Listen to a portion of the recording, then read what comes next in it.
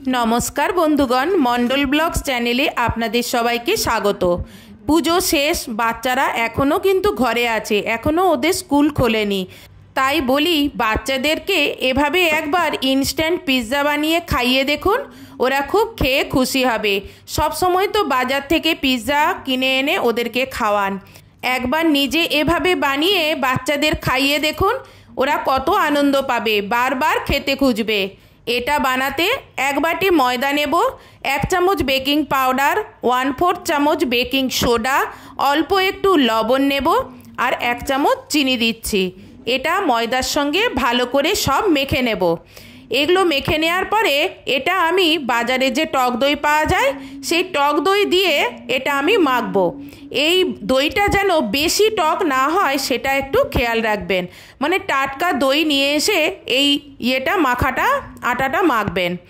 আমি এই দই দিয়েই কিন্তু পুরো মাখাটা মাখবো, এর মধ্যে কোনো কিন্তু জল প্রয়োগ করব না। এই আটা মাখাটাকে এইভাবে ধরে ধরে ছুঁড়বেন, তাহলে এর মধ্যে একটা ইলাস্টিসিটি ভাব আসে। এবার এর মধ্যে আমি দেব একটু তেলের বদলে দেব বাটার। এই বাটারটা আমি দিচ্ছি মোটামুটি 2 চামচের মতন হবে, সেই রকম একটু এখানে আমুল বাটার দিয়ে দিলাম। দিয়ে এটাকে এর মধ্যে ভালো করে মিশিয়ে নেব। তারপরে এটাকে ভালো করে এইভাবে ফেটাতে থাকবো। আর ব্যাটারটা কিন্তু এই রকম পাতলা পাতলা করবেন, খুব একটা টাইটভাবে একদম মাখবেন না। এবার এটাকে বাটি দিয়ে ঢেকে বা কোনো কিছু দিয়ে ঢেকে এটা রেস্টে রেখে দিলাম। এবার এই পিৎজার মধ্যে যেসব আমি সবজি দেব, যেমন ক্যাপসিকাম, পেঁয়াজ আর টমেটো। আপনারা এখানে ক্যাপসিকাম যে লাল রঙের হয়, বেল পেপার বলে, লাল হলুদ, সেইগুলোও আপনারা টমেটোর বদলে ব্যবহার করতে পারেন। আমি দেখতে একটু ভালো লাগবে বলে আমার লাল রঙের বেল পেপার ছিল না, সেই জন্য আমি এখনকারের যে টমেটো হয়, এখনকারের টমেটোগুলো খুব শক্ত, তা সেই টমেটোটা কাটার পরে ভেতরের বীজটা ফেলে শাঁসটা নিয়ে নিলাম। আর ক্যাপসিকামটাকেও টমেটোর মতন এই রকমভাবেই কেটে নিলাম। আর পেঁয়াজটাকেও এইরকম টাইপের দেখতে কেটে নেব। আর পেঁয়াজের কিন্তু পাপড়িগুলো একটু ছাড়িয়ে নেব। ব্যাস, আমার সবজি কাটা সব শেষ। আর একটা জিনিস দেব, সেটা হলো ভুট্টার দানা বা কর্ন। এগুলোও আপনি বাজারে অ্যাভেলেবেল, এগুলো বাজার থেকে কিনতে পাবেন। এই রকম প্যাকেট 30 টাকা করে দাম। তো সেখান থেকে অল্প একটু নিয়ে নিলাম একটা পিৎজা বানানোর জন্য। এবার এদিকে গ্যাসটা জ্বালিয়ে একটা বড় একটা ফ্রাই প্যান বসিয়ে দেব। দিয়ে তার ঢাকনাটা খুলে ভেতরে আমি নুনটা দিয়ে দেব।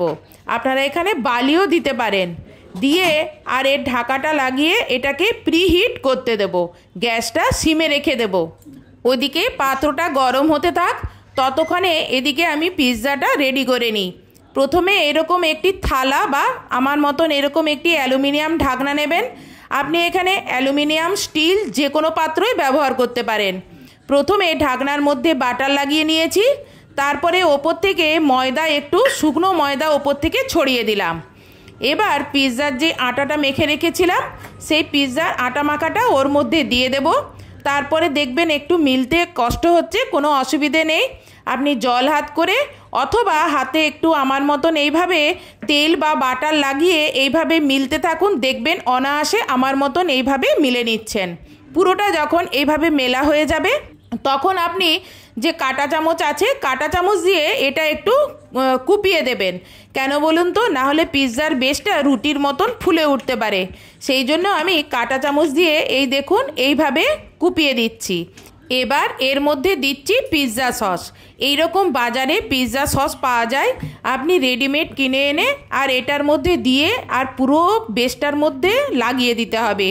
আমি যেভাবে লাগাচ্ছি সেইভাবে আপনারাও এইটার মধ্যে এইভাবে পিৎজা সসটা প্রথমে লাগিয়ে নেবেন। এবার দেব চিজের প্রলেপ।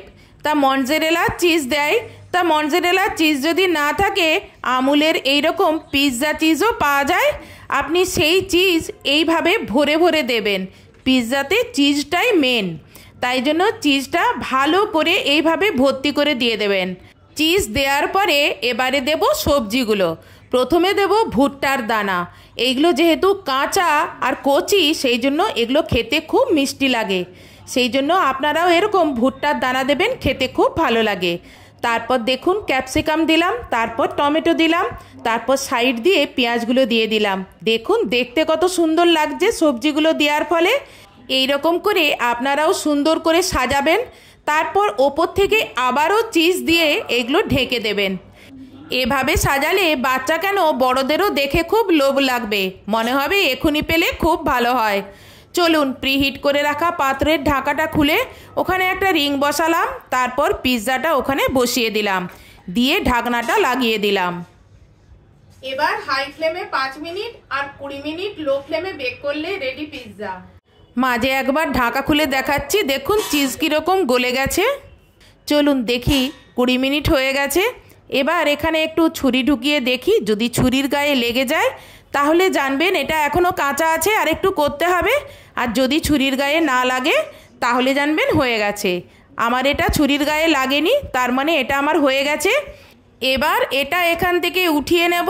যেমন বাজার থেকে কিনে আনার সময় দেখেন না ছোট ছোট পাউচ দেয়, একটায় চিলি ফ্লেক্স থাকে, একটায় পিৎজা সিজনিং থাকে, সেরকম আমিও চিলি ফ্লেক্স আর পিৎজা সিজনিং ওপর থেকে গরম গরম অবস্থায় ছড়িয়ে দিলাম। তারপর এই পাত্রটা থেকে এইভাবে সরিয়ে বড় একটা পাত্রে নিয়ে নিলাম। তারপর এটা ছুরি দিয়ে ছোট ছোট পিৎজার যেরকম পিস হয় সেরকম কেটে নিলাম। ব্যাস রেডি ইনস্ট্যান্ট পিৎজা। দেখলেন তো কত সহজ এবং কত তাড়াতাড়ি এই পিৎজা বানানো যায়। একবার এইভাবে আপনিও বানিয়ে খেয়ে দেখুন বাড়ির সকলের সাথে, দেখবেন দোকানের থেকে কোনো অংশে কম নয়। যদি আজকের আমার এই ভিডিওটা আপনার ভালো লেগে থাকে তাহলে ভিডিওতে লাইক, আর যদি খারাপ লেগে থাকে তাহলে ভিডিওতে ডিসলাইক করবেন। আর আমার নতুন নতুন ভিডিও পাওয়ার জন্য আপনি আমার চ্যানেলটি সাবস্ক্রাইব করবেন। আর ফেসবুক থেকে যদি দেখে থাকেন তাহলে ফেসবুকটি ফলো করবেন। আর আপনি এই পিৎজা কার সঙ্গে খেলেন সেটা আমাকে কমেন্টসে কমেন্ট করে জানাবেন। আমি আমার ছেলের সঙ্গে আজকে পিৎজাটা শেয়ার করলাম বা খেলাম। আমার এই ভিডিওটা আপনার কীরকম লাগলো কমেন্টসে কমেন্ট করে জানাতে ভুলবেন না। আজকের মতন এখানেই ভিডিওটা শেষ করছি। নেক্সট ভিডিওতে আপনার সঙ্গে আবার দেখা হবে। বাই।